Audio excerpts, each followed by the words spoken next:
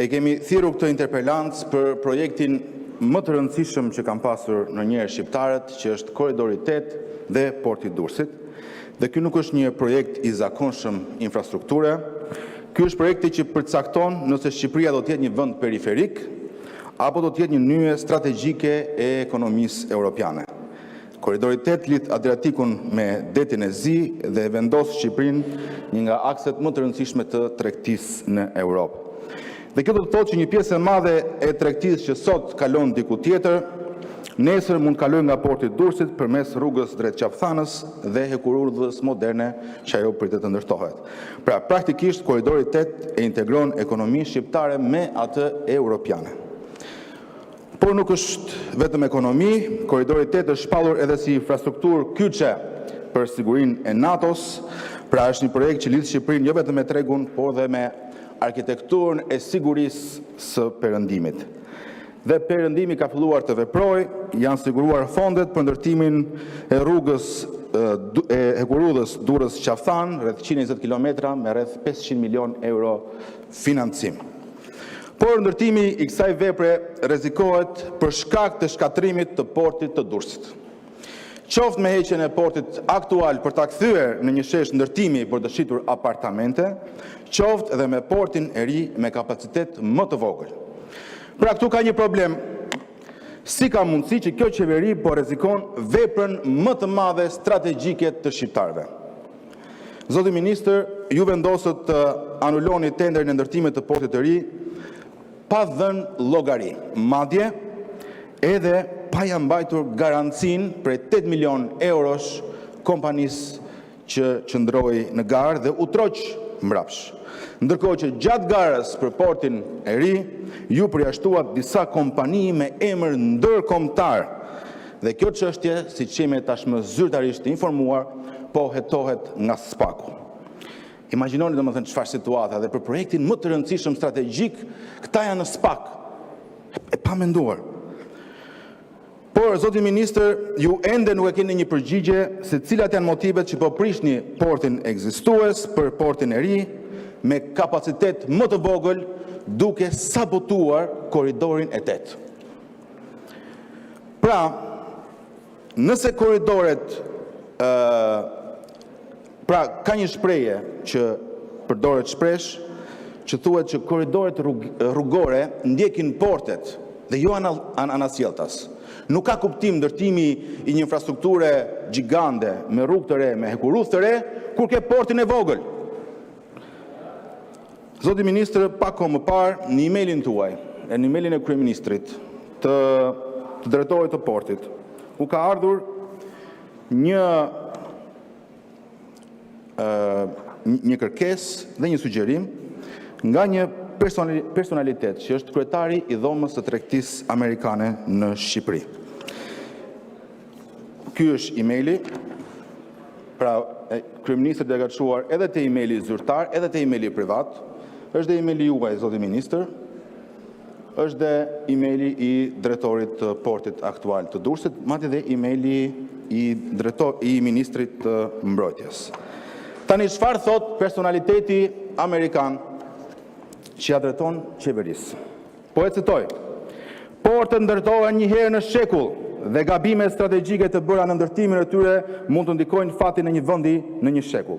Nëse Porto Romano ndërtohet në shkallën e kufizuar aktuale, Korridori 8 do të dështojë strukturalisht dhe flukset e mallrave në Evropën juglindore do të vazhdojnë të kapen nga Pireu dhe Selaniku, duke lënë Shqipërinë jashtë sistemit kryesor logjistik të Mesdheut për shekullin e ardhshëm.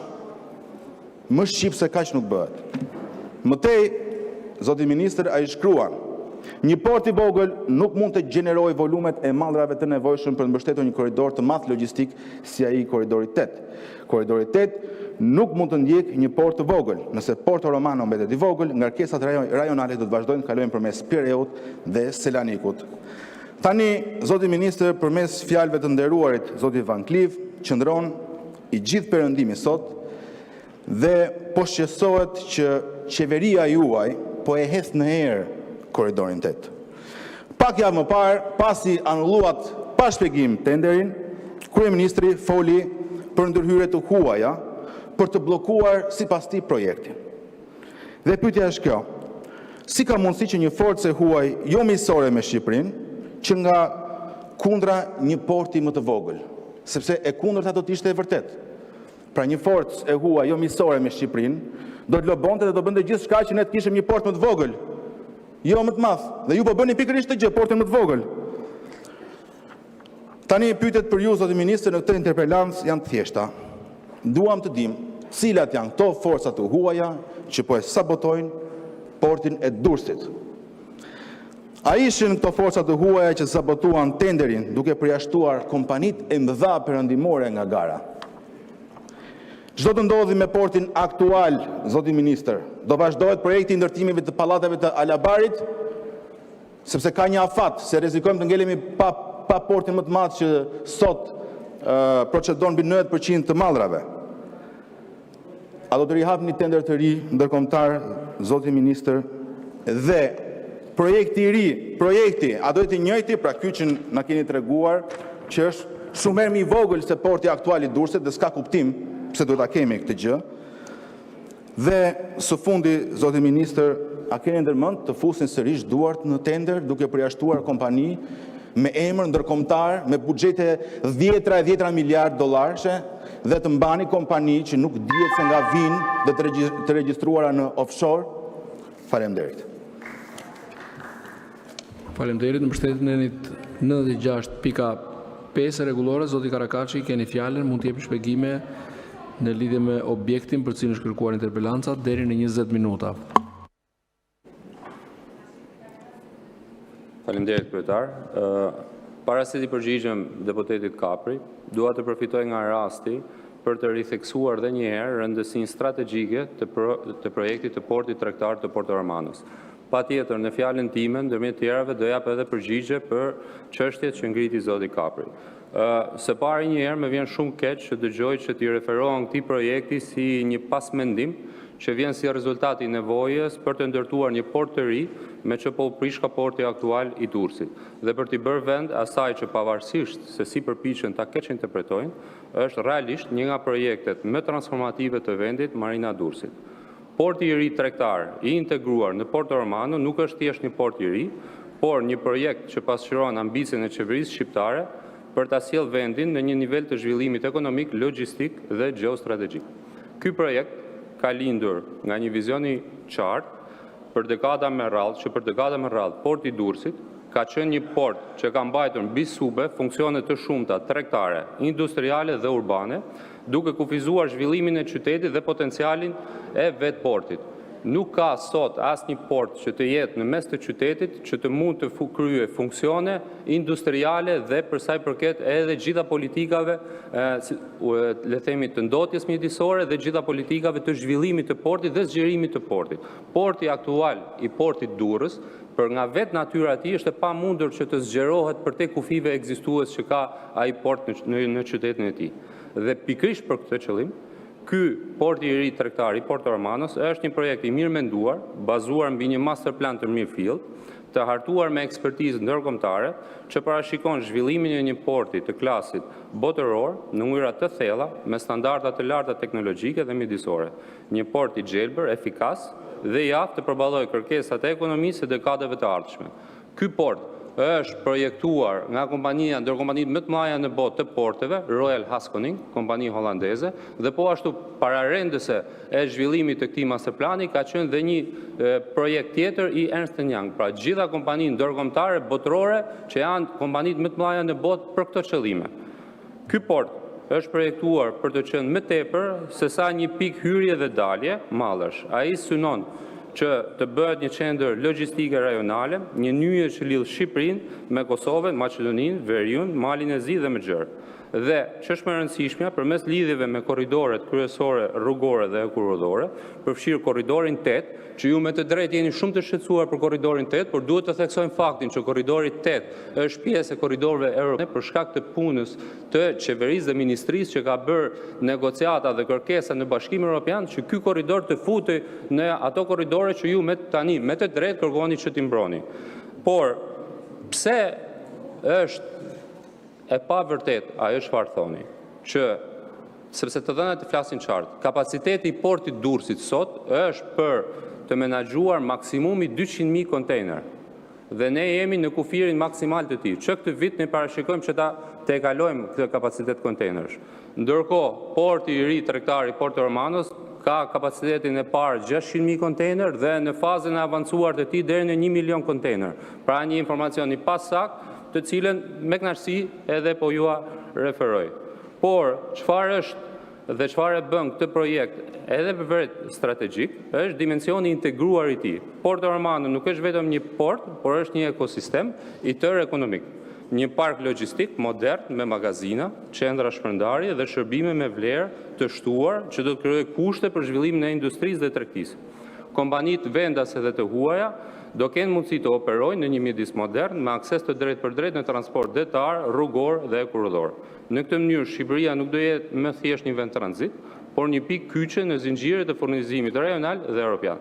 Një tjetër element thelbësor që me të drejtë ju e ngrini, që është elementi dhe i dimensionit të sigurisë, është përsëri kërkesë e qeverisë shqiptare kërkuar NATO-s që në këtë port të ri të integruar të përfshihej dhe bazë ushtarake e NATO-s. Me të drejtë ju kërkoni që të mbrohet kjo, por është një iniciativë dhe kjo është realizuar fal iniciativës dhe kërkesës së qeverisë shqiptare dhe Ministrisë së Infrastrukturës dhe Energjisë.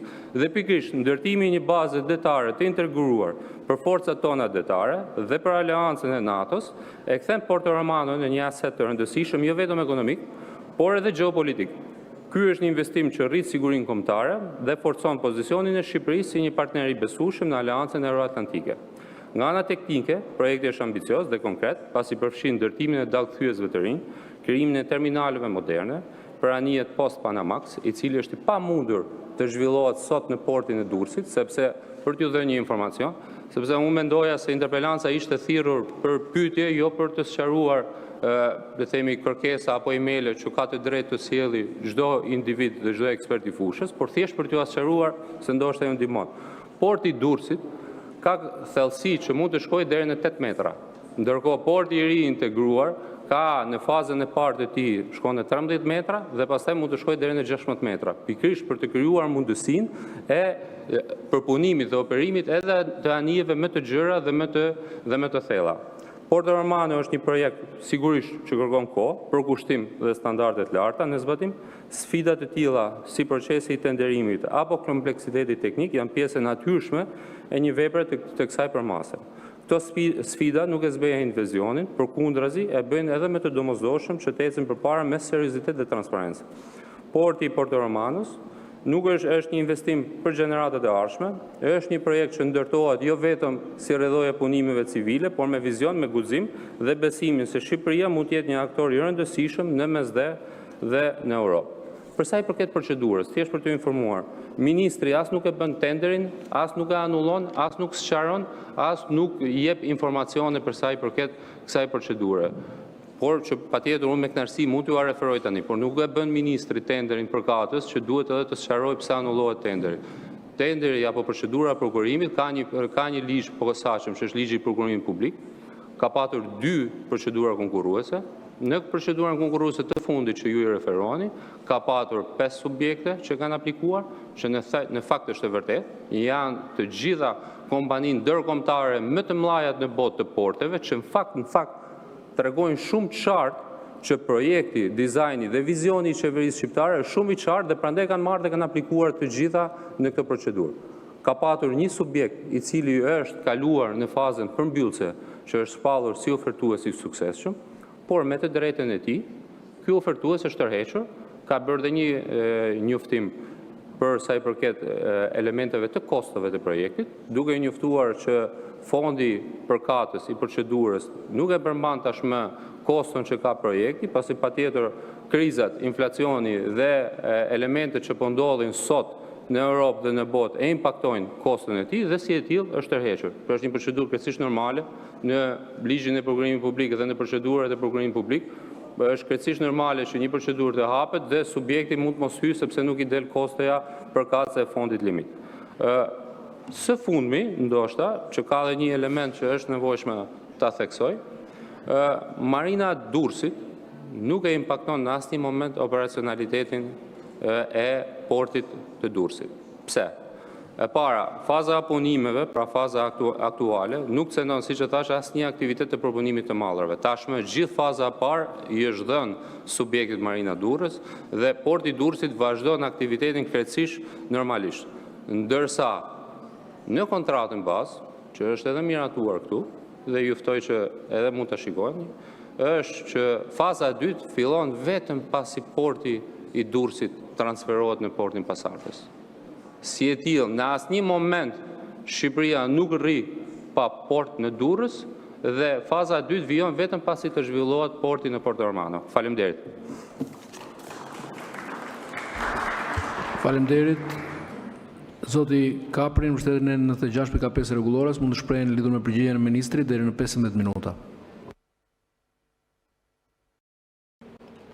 Faleminderit, zoti kryetar. Zoti ministër, unë ndoqa me shumë vëmendje përgjigjen tuaj dhe me thënë të drejtën më bëri disi përshtypje qetësia juaj olimpike edhe mënyra dhënies së argumenteve, kur gjithçka sapo ju folët, tashmë po hetohet nga drejtësia. Po ka dhe diçka tjetër. Korridori 8 është realisht projekti më i madh ekonomik i shqiptarëve, i botës shqiptare. Kjo ka qenë dhe historikisht. Madje ka shumë studiues të huaj që e lidhin që nga via e Teodosit dikur. Sa kohë s'kemi pasur të rrugë tregtare, në territoret shqiptare ka pasur dhunë dhe luftra, dhe sa kohë ka funksionuar linja tregtare nga Durrësi drejt lindjes, shqiptarët kanë pasur prosperitet, kanë pasur zhvillim. Dhe perëndimi e di shumë mirë të gjë, ndaj dhe ka qenë këmbgulja e perëndimit, zoti ministër, që ta miratoj projektin e korridorit 8, ta financoj projektin e korridorit 8, t'japi dhe garanci ushtarake përmes NATO-s që t'jetë i paprekshëm, dhe përfundimisht ky korridor e fut Shqipërinë në ekonominë europiane. Pra na jep këtë siguri t'jashtëzakonshme, që do të thotë, sipas i parimi shumë të thjeshtë, që ku kalojnë karvanet e tregtisë, nuk kalojnë tanket dhe luftrat. Pra korridori 8 në vetvete i rrit sigurinë shqiptarëve, ndaj dhe ky është një projekt shekullor, siç e përmendte në emailin drejtuar jush edhe nga kryetari i dhomës amerikane në Shqipëri. Çështja është, zoti ministër, që duket e pabesueshme, që ju flisni tani për një port 3 herë më të madh, kur në fakt nga projekti që ka dalë dhe nga shqetësimi që është ngritur, ka qenë një vogël. Dhe është pa kuptueshme, s'ka logjik se si porti i ri, ju e parashikoni me 600.000 kontenjerë, pa 3 fishi, të ndërtohet me 400 milion euro. Ja shumë pak. Ju përmendët se është bërë studimi me kompani të huaja, por nuk dhatë shpjegim si ka mundësi që ikën ato kompanitë e mëdha. Dhe ato kompanitë e mëdha kanë ngritë shqetësime thelbësore për mënyrën se si qeveria juaj ka konceptuar ndërtimin edhe tjera me radhë. Pra, çështja është që ju, zoti ministër, nuk dhatë dhe një sqarim tjetër që lidhet sigurisht me pjesën e sigurisë, që është shumë e vlefshme për ne, sepse ka bërë çështje kryeministri. Kryeministri ka dalë e ka thënë që forcat të huaja, madje unë do ta lexoj edhe një herë çfarë ka thënë kryeministri, që kemi pasur ndërhyrje të huaja, të cilat nuk duan ndërtimin e portit të ri, por ne pavarësisht sa do ta bëjmë. Kjo është shumë e rëndë për një vend antar të NATO-s. Dhe ne meritojmë transparencë se kush janë këto vende të huaja, të cilat po kanë përgatitur një plan për të sabotuar investimin në Shqipëri. Sepse nëse aleatët tanë, Shtetet Bashkuara të Amerikës, NATO, Perëndimi, Bashkimi Evropian, po investojnë thellësisht në projektin e korridorit 8, interesi i tyre është një ndërtimi i një porti të madh me kapacitete të mëdha. Dhe ju vetëm që nuk e merrni seriozisht të gjë, po mënyra si e bëni tenderin duke përjashtuar dhe kompanitë huaja, nuk është as pak serioze. Nuk ishte as serioze që kompanisë vetëm në garë nuk i mbani as garancinë. Shqiptarët humbën 8 milion euro. Humbën 8 milion euro. Duhet të kishin mbajtur atë garanci. Po me sa duket, diçka është luajtur. Dhe kemi humbur kohë të vazhdueshme. Sepse çështjen e portit të ri nuk e keni bërë transparente, as me njerëzit, as me opozitën, as dhe me rëndësinë e madhe strategjike që ka ky port. Por, zoti ministër, unë sërish do i qëndroj atij emaili të zotit Grant Van Cleave, një personalitet i nderuar i botës së biznesit nga Shtetet e Bashkuara të Amerikës, i cili nuk ngre një shqetësim në ajër. Dhe në mendimin tim, ky është një sinjal që vjen nga aleatët tanë, duke thënë, thirrini mendjes, çfarë po bëni? Thirrini mendjes. Projekti që u përmendet për trefishim të kapaciteteve nuk e kemi para sekundi. Kemi para në projektin e vogël. Mënyrën e financimit po ashtu, nuk dalin 400 milionë, ku do gjendet të tjerat. Dhe ç'është më e rëndësishmja, zoti ministër, është kjo. Na sqaroni pak, kush janë këto forcat e huaja që po ndërhyjnë në Shqipëri për të ndaluar të investim të madh. Sepse nëse ata ja dalin që do të sabotojnë korridorin 8, kjo është për ne shqiptarët është njësoj si të humbasim trenin e shekullit. Sepse nuk ka projekt më të rëndësishëm se sa korridori 8, nuk ka projekt më të rëndësishëm se sa ky korridor që afron dhe cimenton raportet e Shqipërisë me perëndimin. Faleminderit. Faleminderit zoti Karakaçi, nëse kërkoni të shpreheni përsëri në mbështetjen e 96.5 e rregullores, keni edhe 3 minuta. Faleminderit. Mendoj se është nevoja të i theksoj dy fjalë, se diskutohet sikur porti integruar i Porto Romanos është mbajtur diku i fshehur dhe nuk është diskutuar apo nuk është konsultuar. Me lejoni të them vetëm 2-3 elemente. E para njëherë, qeveria e Shqipërisë me anë të vendimit numër 1, datë 14 tetor 2020 të Këshillit Kombëtar të Territorit ka miratuar planin kombëtar sektorial të transportit detar dhe infrastrukturës portuale, i cili ka për qëllim të shndërrojë portin ekzistues të Durrësit në një qendër urbane për zhvillimin e pasurive të paluajtshme, turizmit dhe transportit detar të udhëtarëve. Zhvillimi i planifikuar i portit të Durrësit kërkon që disa nga aktivitetet portuale që zhvillohen aktualisht në portin e Durrësit të zhvendosen në një port të ri, i cili njihet si Porto Romano, që ndodhet 10 kilometra në veri të portit Durrësit. Në përputhje me vendimin e mësipërm të Këshillit Kombëtar të Territorit, Autoriteti Portual Durrës ka siguruar një konsulencë, siç e thash, ndërkombëtare për hartimin e masterplanit të zonave portuale Durrës dhe Porto Romano. Masterplani strategjik Durrës-Porto Romano është hartuar nga Ernst & Young, dhe i cili, siç e thash, është kontraktuar nga Autoriteti Portual Durrës dhe është përfshirë në planin e detajuar vendor të Bashkisë Durrës. Pra gjitha dokumente publike, të cilat janë edhe konsultuar me publikun. Ky masterplan, për më tepër, është miratuar në vitin 2021 dhe në vitin 2022 nga institucionet shtetërore. Në vijim të këtij masterplani, autoriteti ka bërë një procedurë prokurimi për të marrë një nga studiot më të mëdha ndërkombëtare për të hartuar këtë projekt. Dhe siç e thash, ky projekt është lidhur me kompaninë Royal Haskoning, që është kompania holandeze më e madhe në Europë për sa i përket projekteve të porteve.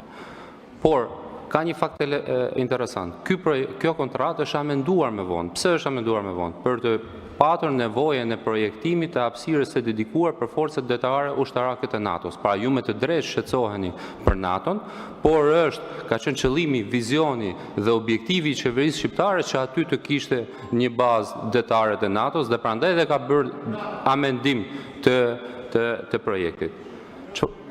Çfarë ka ndodhur tjetër? Gjitha këto ide që unë flas janë artikuluar në nivel koordinimi politik gjatë ministerialeve të ministrave të mbrojtjes të NATO-s në Bruxelles. Me tej është lidhur dhe procedura konkurruese. E mbylla kryetar.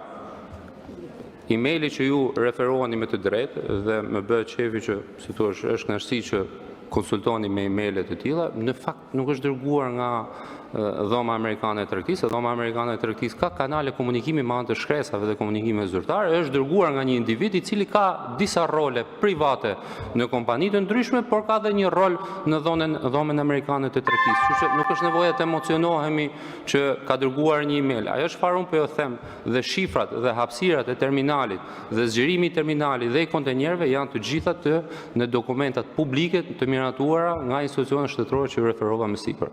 Faleminderit. Faleminderit. Zoti Kapri, keni dhe ju 3 minuta. Po, faleminderit. Në fakt, zoti ministër, është pak e vështirë për të besuar ju çfarë thoni, e duke pasur parasysh edhe përgjatë gjithë këtyre viteve. Se është fakt që tenderi dështoi pra, edhe s'po marrni përgjegjësi për këtë gjë. Dhe problemi është që ju jeni ministri infrastrukture dhe nuk e ditë çfarë lloj infrastrukture jeni në Shqipëri. Se nuk është vetëm çështja e portit Durrësit. Ju dhe portin e Vlorës e kthyet në një port pallatesh, zonë për ndërtim pallatesh. Një port tjetër, ai i Limanit, është dhe ai në SPAK. Nuk dihet se ç'do ndodhi me atë port. Ky aeroporti i Vlorës nuk dihet çfarë do ndodhi me atë. Ai Kukësit s'ka ndërmend të hapet. Aeroporti i Tiranës është monopol. Qytetarët paguajnë tarifat më të larta të transportit në rrugë. Te rruga e Kombit edhe tek Thuman Kashar. Kjo Thuman Kashar është 20 kilometra dhe paguhet gati 2.8 euro për kalim, nga më të shtrenjtat në Evropë. Sot, sipas Bankës Botërore, zoti ministër, shpejtësia mesatare e lëvizjes së shqiptarëve në rrugë është 33 km/h. Jemi vendi me lëvizshmërinë më të ulët, ndërkohë që numri i makinave është ende 2 dhe në 2.5 herë më pak se mesatarja e Bashkimit Evropian, që do të rritet. Pra 33 km/h është vrapi i njeriut, zoti ministër. Kjo është realiteti i infrastrukturës sot në Shqipëri. Unë do doja të besoja ju. Por eksperienca dhe vitet kanë treguar të kundërtën, se unë nuk gjej dot një rast të suksesshëm të kësaj qeverie në projektet e infrastrukturës. Të gjitha lotet e unazës së madhe që i ka bërë paraardhësia juaj janë gjitha në SPAK sot. Edhe aeroporti i Vlorës, u njoftua që ai është në SPAK sot. Pra çdo projekt të madh në Shqipëri, ju e keni te drejtësia për shkelje procedurash, për vjedhje. Kështu që shqetësimi jonë është i drejtë. Nisur nga fakti që nuk ja dolët dot me tenderin e parë. Dhe së dyti, nuk kishit arsye pse ta anatemonit sipërmarrësin e njohur amerikan. Ai ngrinte një shqetësim parimor, jashtëzakonisht parimor, që e ngrita dhe unë në këtë sallë, se është diçka shumë serioze. Pra, është e vështirë të jepni garanci, zoti ministër, duke parë se çfarë keni bërë në këto 13 vite. Është shumë e vështirë. Kështu që mendoj që qetësia olimpike nuk mund të vlesë shumë në të tilla raste. Faleminderit.